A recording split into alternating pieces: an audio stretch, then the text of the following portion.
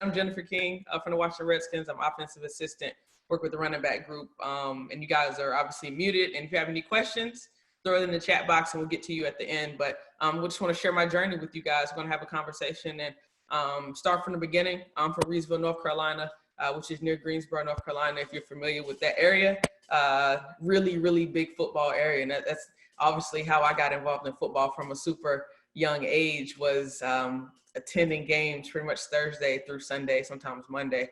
So I fell in love with football at a very early age. So I grew up in a household with two loving parents, two hardworking parents, and an older sister. My parents essentially developed that work ethic. They gave me the work ethic that I have today to get where I am. I was one of those houses where, we weren't rich, but, they provided, and everything that I ever needed was there for me. And I'm super thankful for that now that I'm older and understand having a job and having responsibilities, how important it is, and sometimes how difficult it is to really provide. And they always did that, and I really appreciate that. So growing up, I fell in love with sports at a super early age.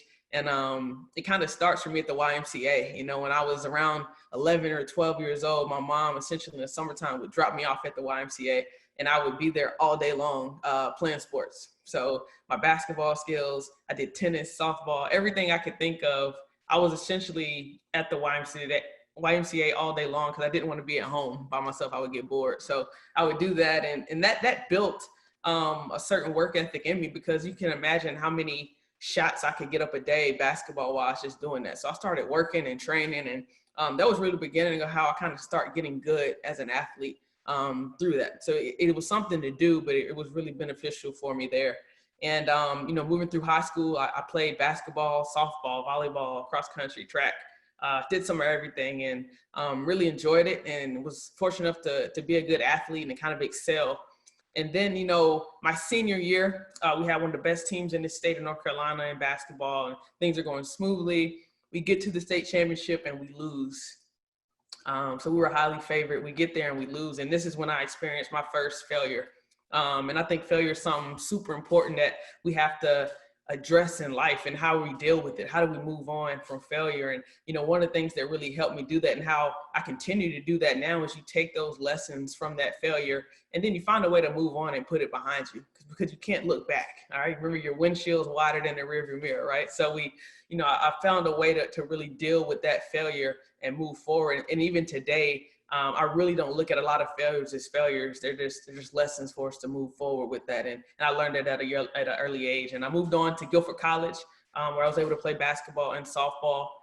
It's in Greensboro, North Carolina. And I loved it. Had an awesome experience. I went to a smaller school. Even though I could have went to a larger school to play basketball or softball, I chose Guilford because it had a great homely feeling, and they allowed me to play basketball and softball. I could do two sports, so I decided to go there. And being from a small town, when I arrived at Guilford, it was so eye-opening, because, I grew up in a smaller town, and, when you went 30 minutes to the mall, you think you had saw the world, and then you get to college and it's like, oh my God, like it's so diverse. And it was awesome. It was an awesome experience for me to experience that diversity and really understand essentially how the world works. You have to learn how to deal with different types of people. And, it was awesome. I had a great college experience. And during that college experience, I kind of started developing my circle of friends, that circle group that's so important to you. And I think it's important for all of us to have a group of friends, a circle that we can really connect with and be honest with each other. Sometimes when things are going well, sometimes when things aren't going well, have that honesty in that group, and, create a circle of people with like minds that are really striving to be better and to do better. Because we all know, if your circle's not providing you with anything, it's more like a cage than a circle. So make sure you get in a good circle that will help you out along the way. So, I went through that process, and I graduated and was able to go to Australia and play some basketball for a little while. And then I came back home and I started playing football. And I've played football ever since, essentially, but I started coaching basketball as well at Greensboro College in North Carolina. And like any college graduate, I wasn't sure what I wanted to do, but I had the opportunity to coach, and I love sports. And I developed a love for coaching there at Greensboro College. I had a great mentor that worked with me. So, we had some successful years there. During that time, because I was part-time, I had other jobs. It was like I was leading a double life. Essentially, for the majority of that time, I was a police officer. And then I was an assistant college basketball coach. So I would deal with police officer stuff and then go and deal with 18 to 22-year-old girls, and it was like two different worlds, but I loved it. And it allowed me to do something that I really loved. And I enjoyed the police work as well. It was a great opportunity for me. And I was there for 9 years. And of those 9 years, we were able to win 5 championships and make some NCAA appearances. And finally, one day, I decided to take a leap. I had some opportunities to move on as a coach, and there was a coaching position open at Johnson & Wales University in Charlotte. And I don't know, something about it was kind of calling my name, and it was an opportunity for me to be a head coach. So I made that decision to move a chair over, as we say in the basketball world, and become a head coach. And I loved it. That was my first leap that I made truly in life, was to leave a comfort zone and to get to that point. So I arrived at Johnson & Wales University to a new program that had only been around for 2 years prior to me getting there. They had won 7 games the year before.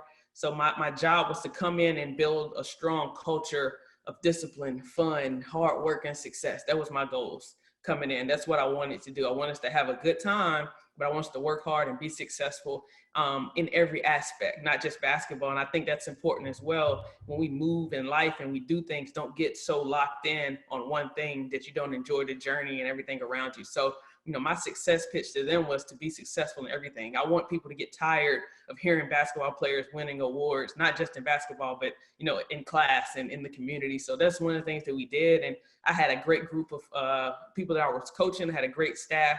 And we turned things around. In our first season, we won 15 games, which obviously they had won 7 before. So we're moving in the right direction.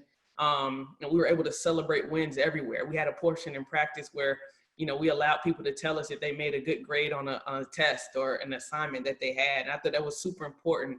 It was so much more than basketball for us. So we came together for that common goal of being, a common goal of something bigger than yourself. And that's really what we did. And everyone believed in that system, and it worked for us. So, moving on from that, we what do we do next? Because we had some success. We won 15 games. We're learning. We have a great group. And then we move into the next season. We bring in some extra talent, and we really feel like we have an opportunity to have a really, really good team. So we bring people in. And I remember, the culture was going to be huge because we had established a good base, but then we had new people coming in. How did the new people develop in that culture? How did they fall into the system? And, we were able to do that. And I remember, in that the winter portion before that, the movie Hidden Figures came out. I don't know if you guys are familiar with that, but that movie it's changed my life. And if you haven't seen it, it's about essentially 3 Black females who helped NASA, the space system, achieve excellence.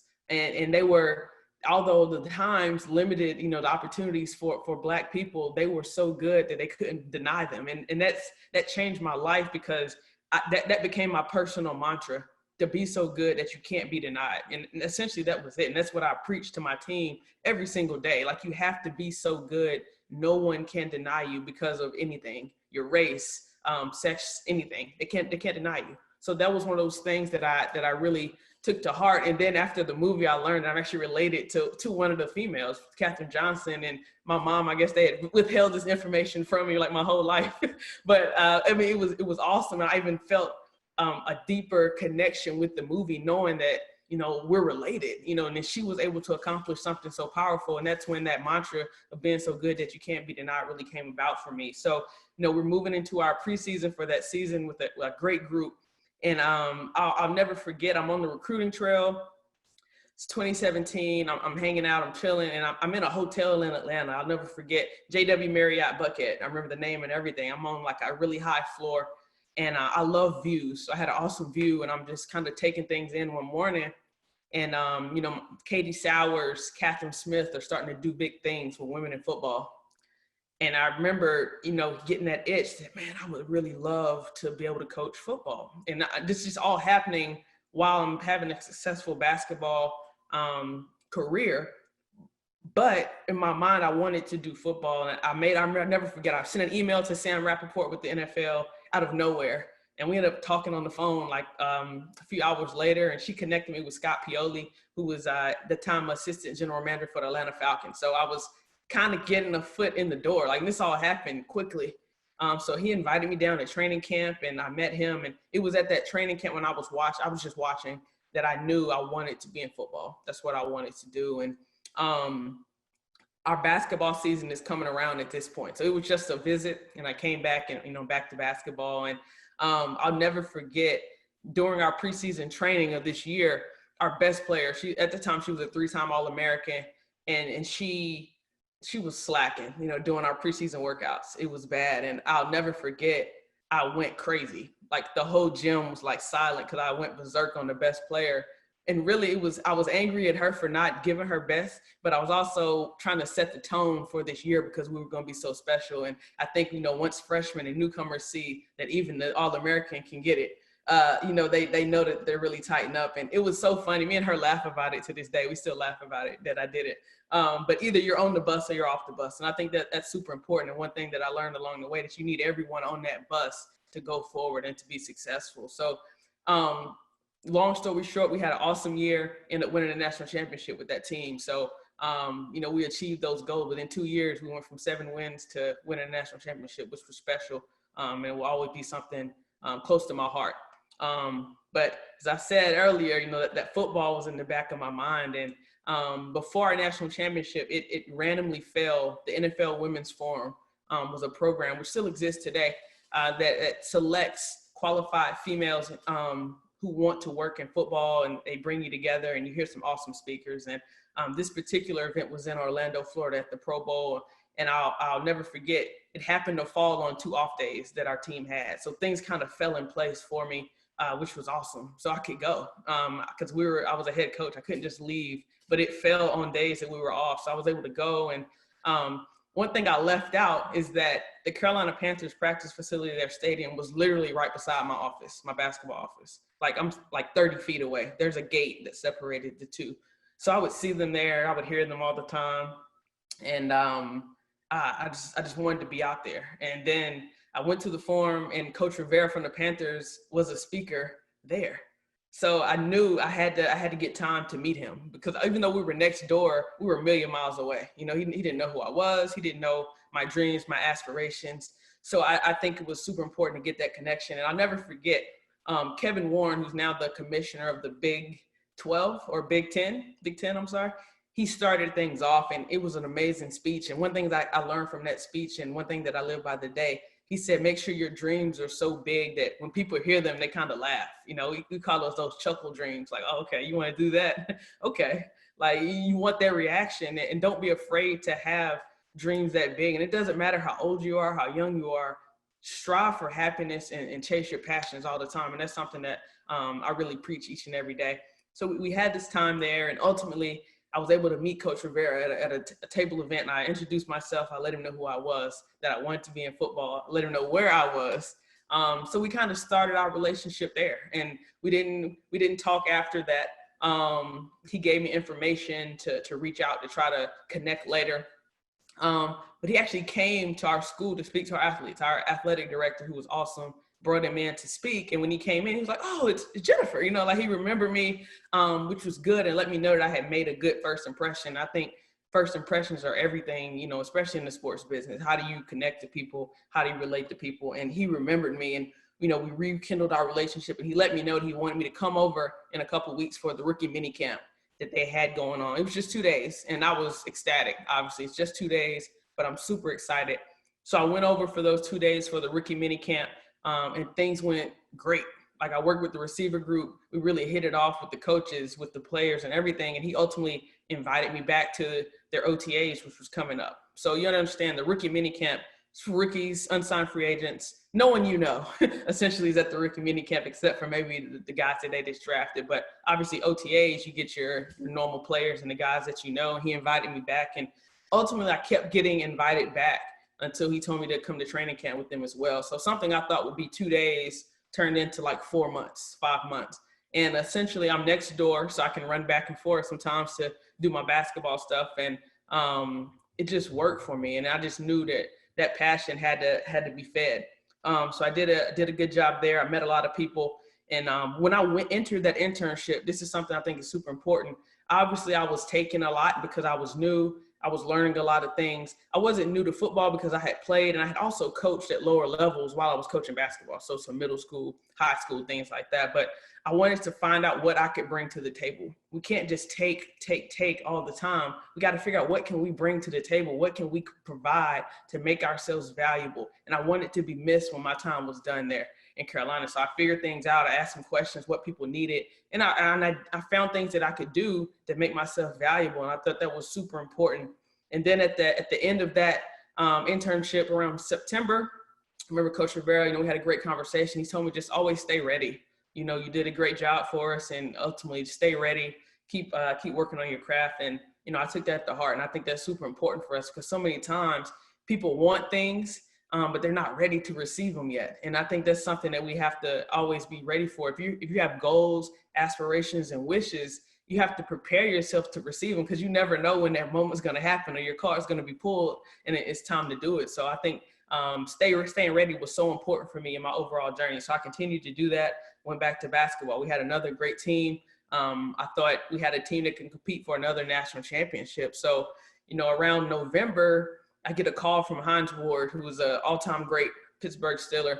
I think it's a joke. I think it's one of my friends playing around with me, but it's actually Hines Ward. He's calling and saying he's with a new league called the AAF. And, he was chatting with me about coming to join them as a full-time coach with the Arizona Hotshots, Coach Rick Neuheisel. And, this was unbelievable for me. So at this moment, it was time for me to make the biggest leap in my life, to leave a successful basketball program to go coach football full-time, just randomly.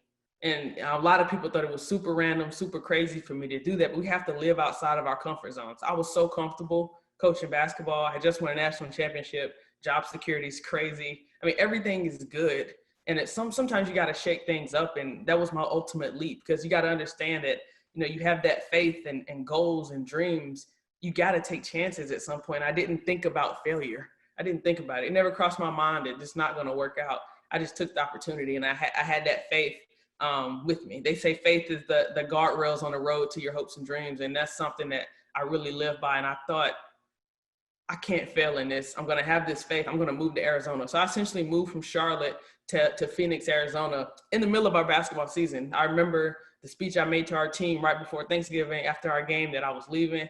It was an emotional locker room, but they understood because of what I had preached to them about chasing their opportunities, chasing their dreams. So they were sad. I was sad, but we all understood the journey. And I think that was so cool for them to really support me in essentially leaving them. So I moved to Arizona. We had an awesome time.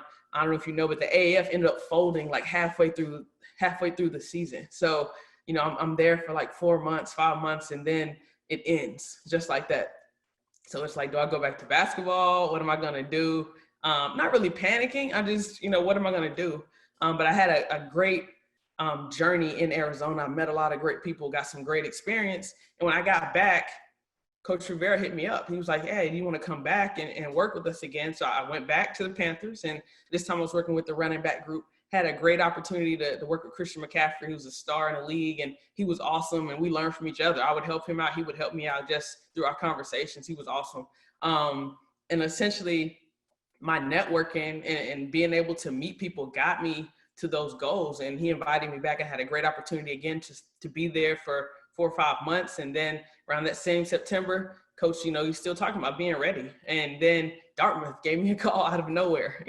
My time was done there, and Coach Buddy Stevens at Dartmouth gave me a call just because he had heard, good things about me, that I was serious about working in football, that I did a good job wherever I was. And ultimately, I moved from Charlotte to New Hampshire, just like that. Just like I left for Charlotte to go to Phoenix, I went to New Hampshire to Dartmouth College, and we had a great season there. I ended up winning the Ivy League. So it was an awesome experience and a great time there. And I think it's super important to really enjoy these journeys along the way. I had some ups and downs. I'm not going to say that it wasn't hard times and you don't know what's going to happen, but I think it was so important. And, when I got back from Dartmouth, once again, not sure what I'm going to do. Here comes Coach Rivera calling me again saying, I've got the job in Washington, and I think I have an opportunity, a full-time opportunity for you. Are you interested? And of of course, I'm interested. I stayed ready and prepared, and that's kind of ultimately how I ended up where I am now, working in DC. I'm super happy to be here. So a couple things, like kind of bullet points that helped me along that journey. We talked about networking. I think it's so important to network sometimes when you don't need it, and that's what I do. I try to find one person every week in football that I reach out to via email.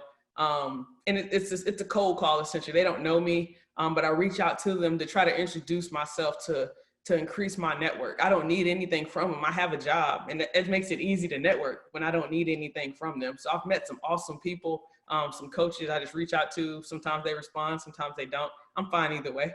But when they do, it's really cool to connect with guys. So, I haven't done one this week. I have to figure out who I'm going to reach out to this week to do that. But it's been awesome. And then I became a yes person. And when I say that, I started saying yes to a lot of opportunities that I was unsure about or didn't know if I wanted to do. And obviously there's a lot of books written about, the power of yes. But once I started doing that, I started meeting incredible people and getting incredible opportunities from things that I wanted to say no to, which led to awesome things. So don't be afraid to say yes. Sometimes you're not going to want to do things. You're not going to want to go. You're not going to put the effort forward to do whatever, but do it, because you never know where what opportunity may lead. I'm here because of a random conversation I had, 3 years ago with Coach Rivera in Florida at a table, and that's ultimately how I got where I am today. And then doing that hard work, and then realize that each and every day, you don't have to do stuff, you get to do it. And that was something I learned from John Gordon, who